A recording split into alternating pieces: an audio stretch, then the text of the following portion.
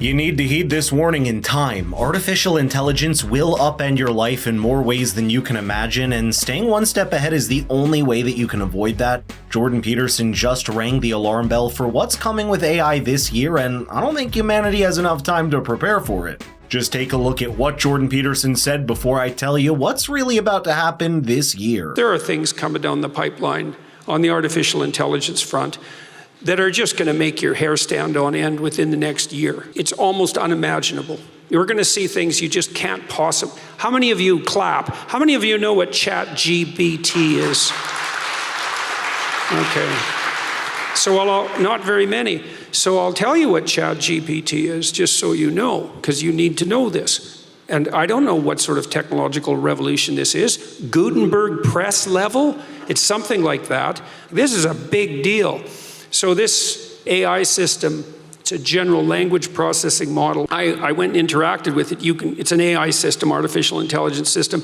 It basically is trained on, well, a massive corpus of spoken or of text.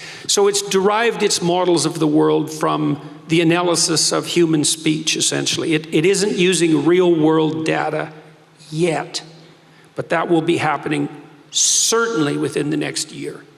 So, and ChatGPT analyzes a very large corpus of text, and that corpus is growing all the time.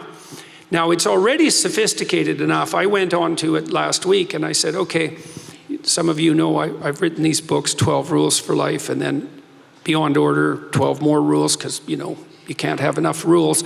And I asked it, this is what I asked it to do. I said, write me an essay that's a 13th rule for Beyond Order, written in a style that combines the King James Bible with the Tao Te Ching. That's pretty difficult to pull off, you know? Any one of those things is hard. The intersection of all three, that's impossible. Well, it wrote it in about 3 seconds, 4 pages long, and it isn't obvious to me, for better or worse, that I would be able to tell that I didn't write it. Right. And okay, and that's pretty impressive, although, you know, maybe not its relationship to what I've written, but the fact that it could do that grammatically perfectly, right? And quite impressive philosophically. I also had it write an essay on the intersection between the Taoist version of ethical morality and the ethics that are outlined in the Sermon on the Mount, which it just nailed, got that dead right, brilliant. Again, it took it about 3 seconds. There's 2 critical things here I want you to bear in mind. One of the most interesting aspects of the rise of AI is that no one could have guessed a decade ago that art and creativity would be the first thing to be threatened. Many people thought creative endeavors would forever remain a unique human ability, while artificial intelligence models were relegated to voice assistants or self-driving trucks. But it seems like all of that has been flipped on its head, and people in creative industries are being chased into oblivion by artificial intelligence models. But secondly, here's something that I think is even more important to understand. The AI models you see today, like Gemini or ChatGPT, are not really creative in the real sense of the word. A more accurate way to think about them is a large data analysis and reproduction tool that is fed into an enormous amount of existing data to understand and recreate from it. That only makes them even scarier, because even this with current handicap on its abilities, you're seeing AI as the single greatest disruptor for professions like musicians, artists, graphic designers,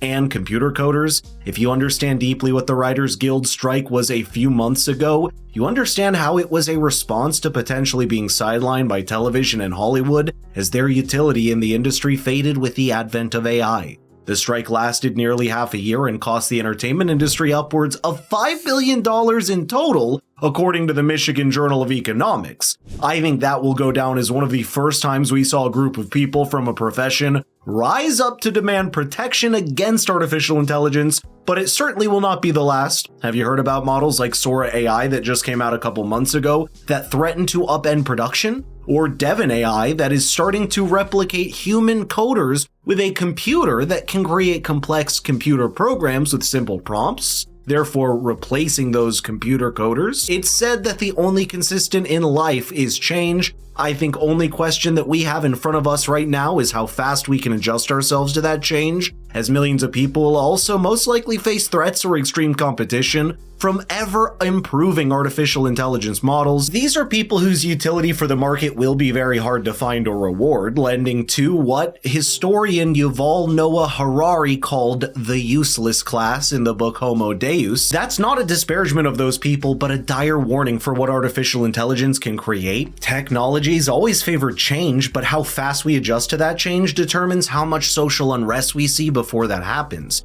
And considering that artificial intelligence systems improve exponentially rather than linearly, that means we have only a few short months for people in power to decide to throttle or regulate that growth. There was a computer engineer who purported to work for Tesla. He asked ChatGPT, he said, look, I work for Elon Musk, but I haven't been doing much for the last week, so I need you to write me 10 bullet points about what I probably would have done as a engineer at Twitter. What 10 things did I do last week that were productive and valuable? And oh, if you don't mind, write me the accompanying computer code that goes with each project.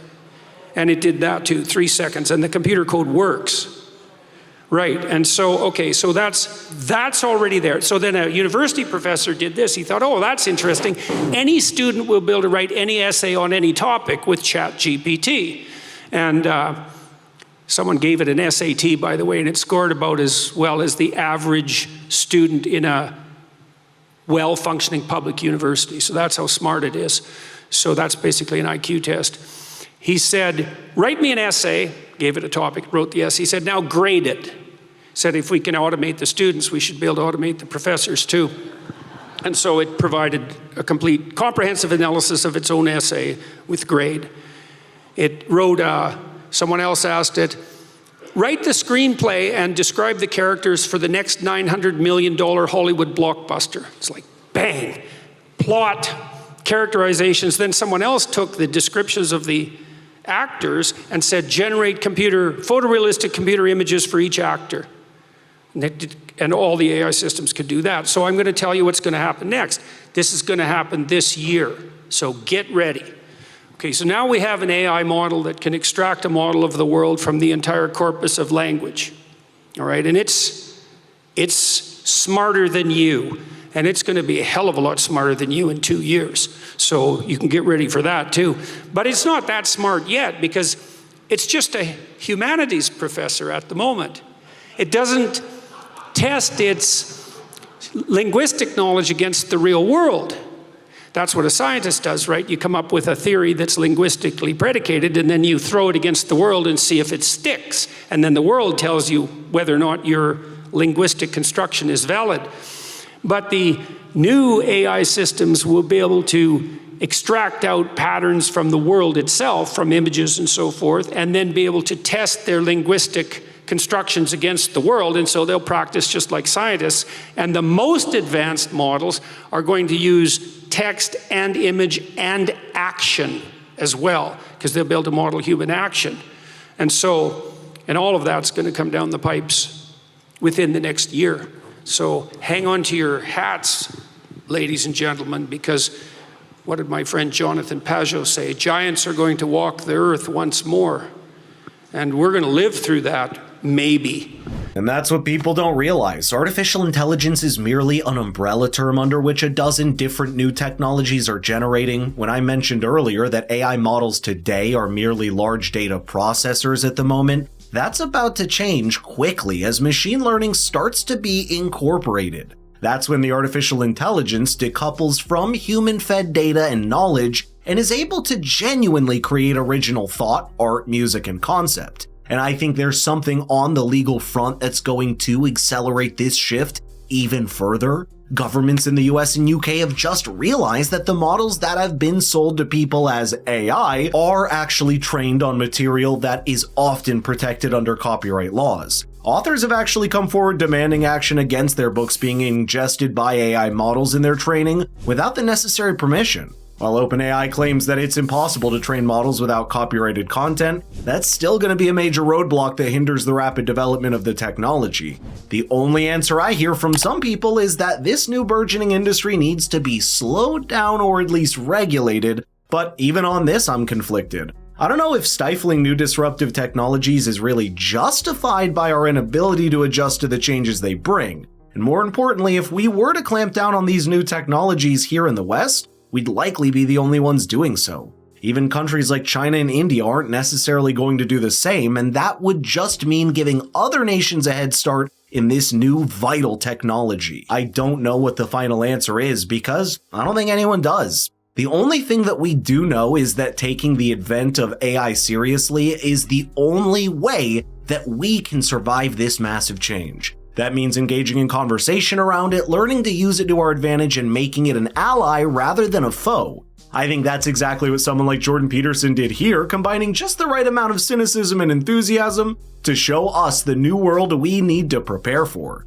And preparing for it is probably the only thing that we can do right now.